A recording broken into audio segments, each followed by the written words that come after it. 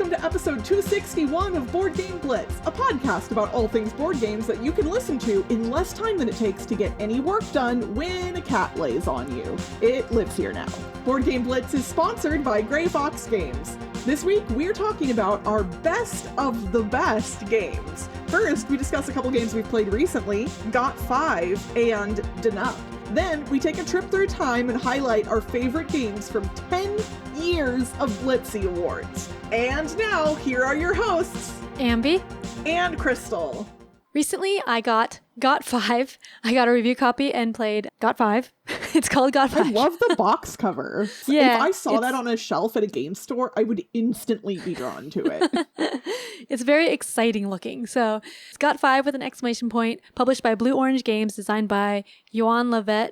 It's published 2026 for 2 to 4 players, 15 minutes, ages 8+. This is a deduction game. It's like a family weight deduction style game. And the way the game works is you have 5 tiles. You've got 5. The tiles are colored. There's 5 different colors. They're numbered 1 through 60. And there's 1 of each number. And there's a little card that each person has. It's a dry erase card, and it shows you what the numbers are and what each tile is, or what all the tiles are. So there's 1 through 60. There's the green one is 1 or 6 or 11 or 16. And the pink one is 2 and etc. So each tile has a cute little face on the back. And then on the front is the number, and it has either 1, 2, or 3 dots. And you will only see the back of your tile. So you have 1 tile of each color. You do not see your own tiles. You're just facing them away from you. And the other people will put them in order on your little rack. You have a little rack that you put the tiles in, and the other people will put them in order from low to high. And so you see the backs of the tiles, you know, I have a red one, then a blue one. So I know the blue one is bigger than the red one numerically. You help the other people sort theirs. And then on your turn, you're getting clues. So you're going to flip over a tile in the middle. There are tiles flipped over in the middle at the beginning too. So there's 1 of each color flipped over in the beginning. You can cross out all those on your deduction sheet. And then you pick 1 of the tiles from the middle and you use that to give yourself a clue. So the clues are either you can ask people to sort it for you. So they'll put it between the 2 tiles that it goes between. So if you have you're sort this 38. And if you have a 44 next to a 33 or something, then they'll put it between those 2. And so you know, these ones on this side are bigger than 38. And you cross off all the ones that are smaller, etc. So you do that. And then the other type of clue you can get is you take a tile and you say, does this tile have the same number of dots as my red tile here? So you pick 1 of your tiles and the tile, and it'll say it has 2 dots. And you're like, okay, does it have 2 dots? And they say yes or no. So you can eliminate with that because each tile, it's 1, 2, or 3 dots, and they're evenly distributed. So with those clues, you eventually will get all 5 of your tiles. And then you say, got 5. And whoever does that first wins if they get it right. You get 1 chance. If you get it wrong, then you're out of the game. So similar to other deduction games, I think this is more family friendly than some other deduction games. All the information except for your own hand is open. So it's not as hard to give wrong clues because other people can see. Everyone else is giving you the clue kind of you tell one person to, but other people can verify that they're giving you the correct information and that things are in order and stuff. And then all of the clues also, they're going to be left on your board. So they have little slots for ordering the tiles. And so once you use that clue, it's going to be left on your board next to your tiles. And so everyone can see what clues you were given. And so you're crossing off the stuff. The first time I played, I actually I think my tiles were 52, 54, 55, 57, and 58 or something. They were all... Goodness.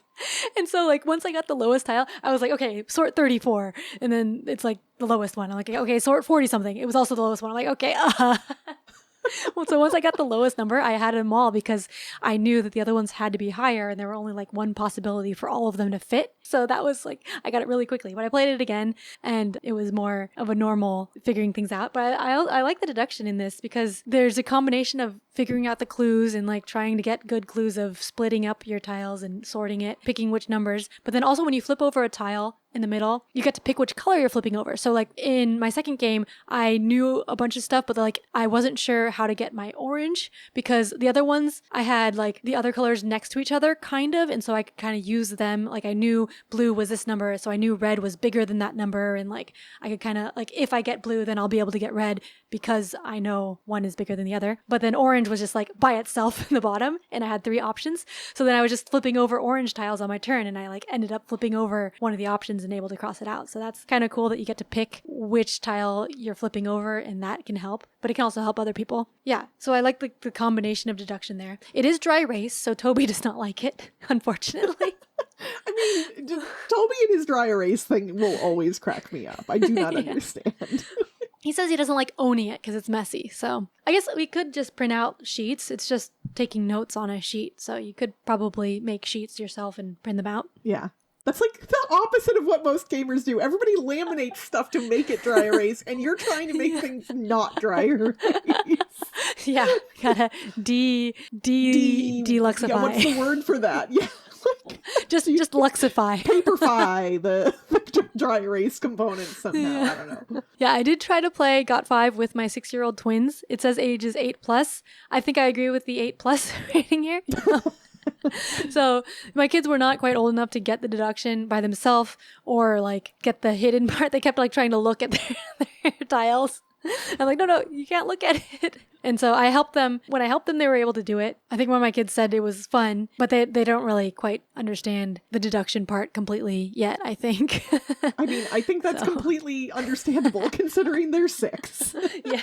But yeah, I think it would be a good family game. Probably ages 8+ seems good. Maybe 7 for like hardcore gamers. But yeah, I enjoyed Got 5. It's like a good family weight deduction game, and it does have some interesting like thinking through the deductions. It's not just like crossing out what you get. You have to like think through the order of things, and so I liked that. So yeah, that was Got 5, a review copy from Blue Orange Games. Awesome. The game I'm going to talk about today is now known as dnup, and that is spelled all lowercase letters DNUP. Although actually the BGG listing has it all capital letters, which doesn't make sense to me. So the reason it's DNUP is because the logo on the box for the name is stylized. It's the word up twice, but the first instance of it is flipped upside down, so it looks like a lowercase d and then an n, and then the up spelled normally UP. So dnup is the name of the game. When I first played this game, it was called Revolve, and then they changed the name when they printed it here in America. I thought I heard it's pronounced down up or something. Oh, I don't know. I've just been pronouncing it dnup because that's what it looks like. I know. Yeah, if they wanted it to be down up, they probably should have spelled it differently. But dnup was designed by Kei Kajino, who also designed Scout. That'll become relevant here pretty shortly, and it is published by Asmodee. So dnup, similarly to Scout, and this is where the similarities are going to end, is that the cards are reversible in that depending on which orientation they are in your hand, up or down, they will represent a different number. And those cards during the course of the game can be flipped. Unlike Scout, you don't have to keep your cards in a set order. During the game, the actions you're taking are very simple, and your goal is also simple. You are trying to get all of the cards out of your hand in any given round, and the first 2 players to do that each round will get points. The first player will get 2 points, and the second player to go out will get 1 point, and then when a certain point threshold has been met, somebody will win the game after a number of rounds. 4 points. So on your turn, when you have this game, you have a hand of cards, again, with numbers on both halves, and what you can do is you can either play a set of cards in front of you, you can add a card to a different set that's already on the table, you can take cards that are present on the table, or you can revolve all the cards in your hand, meaning you take your entire hand and you flip it upside down. So how do you get rid of the cards in your hand? When you play cards in front of you, you are just playing sets, no runs in this game, so it's a little simpler than Scout in that regard. And you have to beat any current set of the same number of cards that is currently present on the table. So if somebody has 2 2s on the table, and you play 2 5s out. You've beat the 2 2s with your set of 2 5s, and the player who played the 2 2s out in front of them has to now pick both of those cards back up into their hand and flip them over. So they are no longer 2 2s, they're whatever the other 2 numbers are. If play ever gets back around to you while you have cards in front of you still that you've played previously, then they get discarded. So that's how you officially get rid of them. One of the things I mentioned is you can add cards to other people's sets. So if somebody plays 2 2s and it comes around to you and you don't have a good set to play, but you have a 2 in your hand, you can add a 2 to their set, assuming that there isn't a higher 3-card set already on the table. Because again, anytime you play cards, for that number of cards, you have to beat the current highest set present. Also, you're helping that player potentially get rid of those cards, because by strengthening their set, it is more likely that it'll come back around to them and they'll be able to put those cards away and not take them back up into their hand. So there's a surprising amount of strategy for how simple the actions are. I really enjoy this. I think while at first description it's a little confusing to like get your head around, once you realize what's going on, the gameplay is really simple. I think it is easier to understand and teach than Scout. So I think this is better for like more of an entry-level game, or for possibly for families, because it's pretty easy to understand. And yeah, it's a lot of fun. It's quite simple, really. I like the artwork on the cards. They're very bright, like nothing special, just like really bright colors and pretty. Yeah. Oh, and the points are literally like when you get points, they are the letters DNUP. And so once you've collected all 4 of them, like when you spell dnup or down up or whatever it is, then you win the game. So I like that they did that to it. And when this one's also digitally available on Board Game Arena, and they do give you the little letters digitally on Board Game Arena too, which I thought was pretty awesome. I was not expecting that necessarily, but it's pretty cute. So yeah, I really like this game. I recommend it if you like light card games, especially if you liked Scout. It's got some connective tissue there, so I highly recommend dnup/downup/revolve.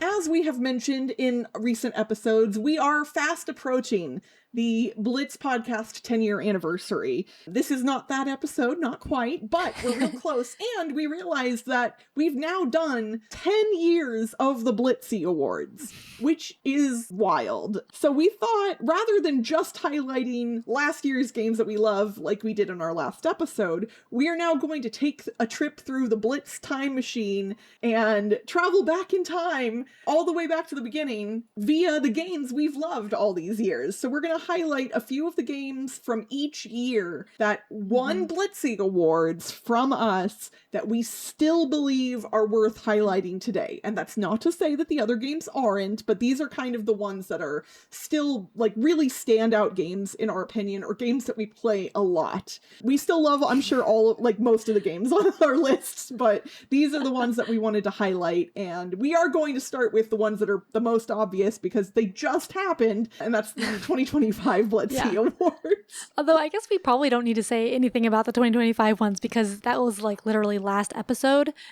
Yeah. So I agree. I don't all think of we those need to ones. say, well, and truthfully, we're not going to give long descriptions about any of these because this episode would be really long if we did. So yeah, if you all want more information about the games we mentioned in this episode, you can go back to all 10 years of our Blitzy episodes and listen to the descriptions of these games and the other games we highlighted in those years. There's really some great stuff that we're not going to mention today that are in those lists as well. So I will very quickly say that my top 2 that I wanted to mention for 2025 specifically were Wandering Galaxy, the Crossroads game from Plaid Hat, and Numberwang, the silly trick-taking game that made me laugh that I love so very much and I want everyone to play. And mine were Jisogi Anime Studio Tycoon, Workworkwork, and Herd puzzle games. And MicroMacro Kids. It's great. Love it. All right. Beep, beep, beep, beep, boop, bop, boop. Okay, traveling back to 2024. Ambie did not know I was going to make time machine sounds. Go ahead, Ambie. We're back in 2024 now. Which games stood out for you in 2024? So my favorite game of 2024, Bomb Busters. Still, I like that a lot. I've mentioned it a lot. For the record, I would have mentioned this one, but I knew you were, so I just didn't pick it. Yeah, I also had the best solo game was Morrison Game Factory, which was a post-curious puzzle game. That's still, I obviously haven't played it since. It's a one-time playthrough, but that's still like one of my favorite post-curious experiences that I've had. Oh, I do want to mention 21 Hand Games. I had that as most innovative. That's a book of hand games like rock, paper, scissors, but not rock, paper, scissors, like other games you can play with your hands. And my kids still like bringing that out once in a while. They recently like had Toby read, like, let's play a hand game. Let's play this. And so they give him the book and have him play a game at bedtime. So that's really cool. Cute. I love that. For me, my favorite game of 2024, Draft and Write Records, still definitely one of my faves. I really love it. And then my other that I wanted to highlight is Flip 7, which I still play all the time. I own a physical copy. I play it digitally. I do not have the new version that has come out, the Flip 7 with a Vengeance, which is I'm very curious about. I have not played that one, but I do want to. So yeah, those are my picks. All right. Beep. I'm doing that each time. I'm just going to try and make you laugh with weird noises in between each one. All right, we're heading back to 2023.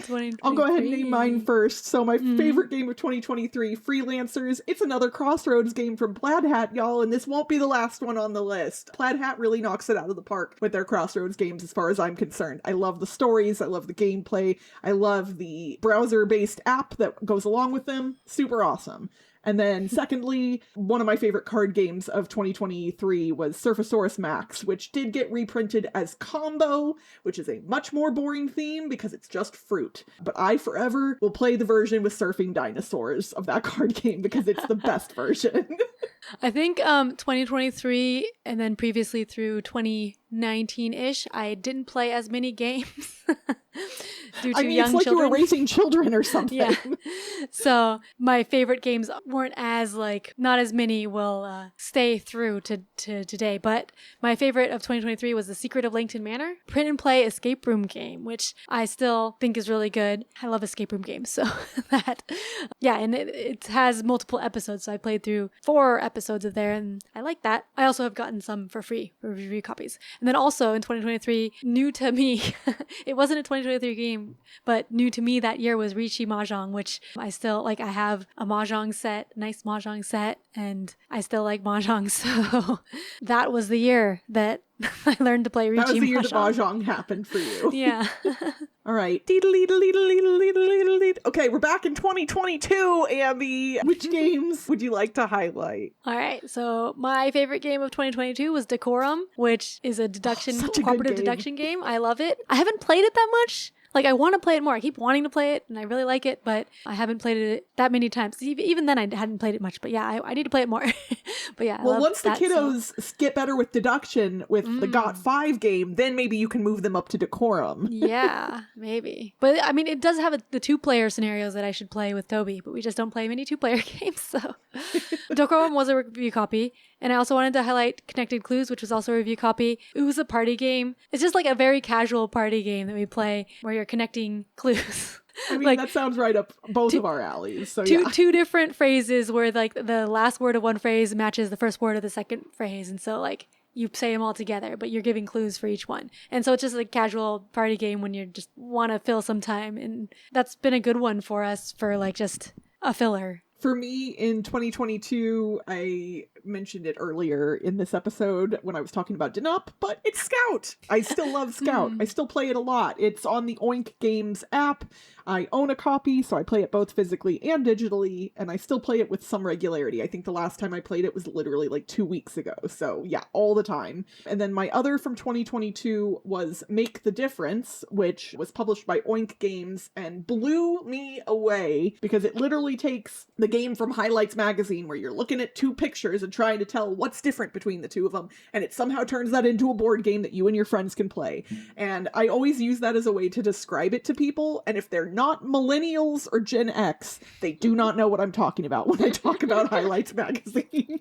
And so, because I always start my teach of, okay, you know that thing from Highlights Magazine? And I've had some Gen Z folks be like, like, I don't know. Highlights Magazine still exists, I think. Like, I've seen that they exist. I just haven't gotten any. Like, where are they, though? Because, like, when I was a kid, it was in every waiting room, I'm pretty sure. Like, every waiting room had Highlights. And now, like, where would you even see them? I don't, like, do you have to order it? I think I saw one at the library, but they have, like, magazine orders still.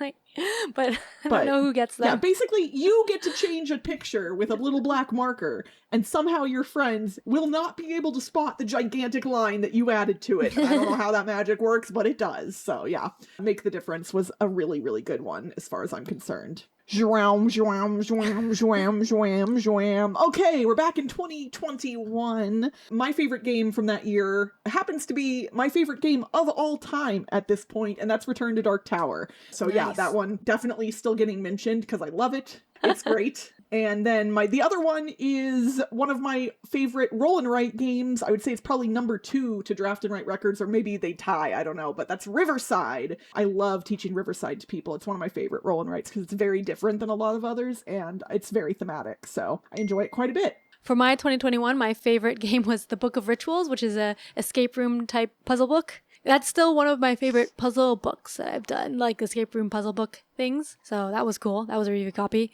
Also, that year, I want to mention that MicroMacro, like regular MicroMacro, I had as my best kids or family game or something. But then that was before MicroMacro Kids, yeah. So I knew. You were predicting then, it. like, you knew it was coming. Yeah, but I still like regular MicroMacro too. All right, 2020. Oh God, it's a pandemic. What do we do? Ambie, get us out of here. Hurry. So my number 1 game from 2020 was Rolling Stock Stars. I haven't played it in forever, probably since before 2020, because I'd played it before it got released and stuff. I had met the designer. I had an interview with the designer very early. So yeah, Rolling Stock Stars is a heavy economic card game, but yeah, I haven't gotten to play it much. Also, there were more escape room stuff. Curious Stairs of Mr. Hincks was my favorite escape room from that year. Oh, and that was so good. Yeah, that one was good. It was a good, had lots of like physical things and cool thematic elements. We love Mr. Hincks. Yeah, that was also the year of Rosetta the Lost Language, which we both liked. And that was a very unique... Did I not rank that one? Why did I not put that on my list? I think. Oh my gosh, I must have... I don't know if I just didn't see it when I was looking at that episode. So yeah, consider that's my number 1, probably. Yeah. Other games from 2020 that are definitely worth highlighting. Forgotten Waters, which is the other Plaid Hat Crossroads game that I referenced earlier. So that's the 3rd one on this list. And they are all worth highlighting as far as I'm concerned. If you like one of them, you will like all 3 of them. So yeah, amazing game. And I actually played through Forgotten Waters on a live stream during the pandemic, and that was really fun to like get to play it kind of with the audience on a live stream. Like they were helping influence my choices and things like that, so that was really neat. The other one I wanted to mention is Sovereign Skies. I actually mentioned that in an episode recently. It is an underrated game that everybody should go check out. Boop boop beep bop beep boop bop beep bop. Okay, 2019. I know the noises are getting less. I don't know if I'm going to be able to keep it up. We'll see. 2019 for me, there are 3 games that I want to highlight, so I will go through them very quickly. Detective Club is one of, if not my absolute favorite social deduction game, because it is less pressure on the person who is the it person for the social deduction part of things. It's way less stressful than a lot of other social deduction games, making it more approachable. Remember Our Trip is from Sashi and Sashi and is a really cool game where you are using polyomino shapes to fill in little tokens on a board, but you also have a shared board with the other players that things get filled in on. And then then Letter Jam, which is one of my favorite word games of all time, because not a lot of word games are cooperative, and that one is. But lest you be confused, people used to refer to Letter Jam as a party game, and it really isn't a party game, so just know that going in. Yeah, Letter Jam was on my list too. That one's good. Also, Wavelength came out that year. Wavelength, yeah. That's the one that I still like a lot, and I play it with a lot of people. It's a good party game of trying to match up your wavelength with other people. Another party game is Team 3 Green, which I had as my most underrated game. This is a team party game where you're building polyomino blocks to match a shape, but one person sees the shape but cannot talk, like sees the card that you're trying to do it. The other person can see what they're gesturing, and then they can talk, and then the other person is the only one that's actually building the shape, but their eyes are closed. So like, it's very hectic. I haven't played it that much, like actually since having kids, but my kids actually like playing it, like just seeing the shapes and trying to build it up themselves, not actually playing. So it's like got a cool toy factor too. And I would like to play it again, like if I ever you need a lot of people. And then also I wanted to highlight another new to me game. So it did not come out 2019, but it was Indonesia was my favorite new to me game then. That's a splatter game. And that was probably the last time I played had a heavy new to me game, because 2019 was when my kids were born. So yeah. It's 2018 time. All right, what you got for 2018, Ambie? 2018. This was before my kids were born, so back when I still played heavy games, and my favorite game of 2018 was The Mind. That's funny. I mean, I know you love The Mind, so it does make sense, but it's just funny that like the year before your kids were born, this is the year that like one of your lightest favorite games came out. Yeah, and The Mind is still one of my favorite games. Although it's freaking fabulous. I don't play it as much. Yeah. Yeah, so The Mind and Decrypto was my second favorite. So good. Decrypto is a party game, team party game, like word guessing game. It's like a Codenames, but for more hardcore gamers. And then, The Mind is you're just playing numbers in order without talking. And then Cryptid was also on my list. That's a deduction game, which I haven't played as much, but like I still have it and I like it. I had not played Cryptid at that point, but I have now, and I agree, it's a really good deduction game. My games for 2018 are Just One, which simultaneously feels like it came out 1,000 years ago and also yesterday. Like, I don't know how it was 8 years ago that Just One released. That's wild. But we've talked about this one ad nauseum. I will not add. Welcome To, which like, when I think about Welcome To, there's nothing about it that like immediately jumps out as like, ooh, amazing. But guess what? I still play Welcome To all the time. And that means something. I really like that game. It holds up. It's solid. It just works. And then the last one is Castell. You all know how much I love Castell, and I will always champion that game forever and ever and ever. Aaron Vanderbeek, please design more games.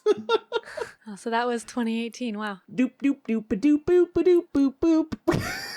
That's apparently the music for going to 2017. For me in 2017, we had a couple of great ones that I wanted to highlight. Wordsy, which was Gil Hova's word game that came out where, guess what? If you don't have the letters you want, you can still use them anyway. You can use any letter you want. You just want to use the ones that are on the table to score you some points. But if you need other letters to help them along, you can do that. So more flexible than a lot of other word games are. And I think that is a boon for it. And the other one is Dice Forge. Dice Forge, to me, the worst part of it is it takes too long to set up for how long the game lasts. But guess what? I still play it anyway. I literally played Dice Forge a week ago. I still play Dice Forge a lot. So that's 9 years ago, and I still play it all the time. That's crazy. So yeah, wow. I love them. So for my 2017, a lot of the games on my list actually I don't play anymore. The ones I still own are Codenames Duet and Azul. Codenames Duet, and I do like still those. love. Yeah, those are, yeah. But then other ones I have culled. Like I still liked Kitchen Rush a lot, but I culled it. I got rid of it because we didn't play it that much. But then my top two games in 2017 were both exit games. Because I had them split out then. So yeah, I still they were like kind of exit like a newer lot. then too, yeah, right? that was the first year I played exit games. Okay. And so yeah, like they made my top two because I like escape room games. I still do. I liked them then, and I loved them, and yeah, I was looking forward to them too. And so yes, I still love exit games.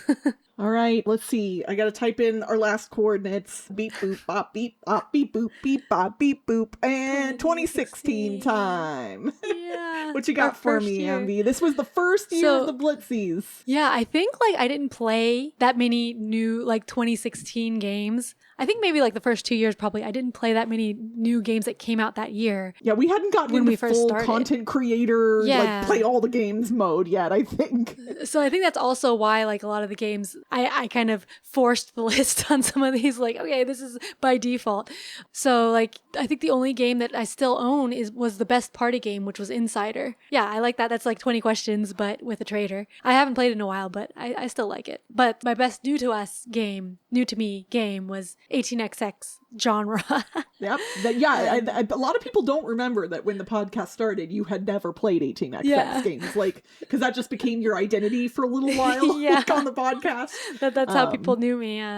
Yeah. And so, yeah, that was my best. It didn't start that way. Yeah. And I think also because like I played a lot of 18XX games in 2016 and 2017. Those definitely do not come out those years. They weren't new. So it was harder to get the new games for the Blitzies. Yeah. For me, 2016 was Star Trek Ascendancy. I will admit, I barely play this game. It's really hard to get to the table because it takes like an hour to teach it properly. And it really just is hard to get to the table. But if you are a fan of Star Trek and you want to feel like you are having an adventure or you're doing stuff in the world, in the universe that Star Trek exists, Ascendancy is one of the best games for that. There are some newer ones that I think also are worth exploring, but for just the sheer going out into the galaxy and visiting planets and meeting people and doing things, Star Trek Ascendancy really, really, really does the experience well. And I still own it, and while I don't play it often, I don't think I'll ever be able to get rid of it. Yay. All right, the time machine's shutting down. Pew! We're stuck in 2016 now, Ambie. Wait, sorry. We have to get back to 2026 first. Yeah, we'll get back eventually. It's fine. But yes, those were some of our favorite games that we've highlighted in the Blitzy Awards over the past 10 years. Were any of them surprising? Are you surprised we left any of them out? Let us know in the Blitz Discord or on social media, and tell us what some of your favorite games that we've highlighted in the past Blitzy episodes have been. And that's it for this week's Board Game Blitz. Visit our website, boardgameblitz.com, for more content and links. This episode was sponsored by Grey Fox Games. The new Gods and Prophets expansion for Reavers of Midgard is available on Kickstarter now. Forge new paths to greater glory and get exclusive component upgrades by pledging today. And as always, Blitzketeers get 10% off everything at greyfoxgames.com when you use the code BLITZ2026 at checkout. Join the Blitzketeer community on Discord for game nights, discussions, and more by following the link in the show notes. Support the show by leaving us a rating and review on your podcast provider, or by getting some official Blitz swag at merch.boardgameblitz.com. Want to just give us money and enjoy some unique perks? Check out our Ko-fi page at ko-fi.com/boardgameblitz today. Our theme song was composed by Andrew Morrow. Until next time, that move was unpredictable, but now our troops must fight. I hope mine come away with their life. Bye, everyone! Bye!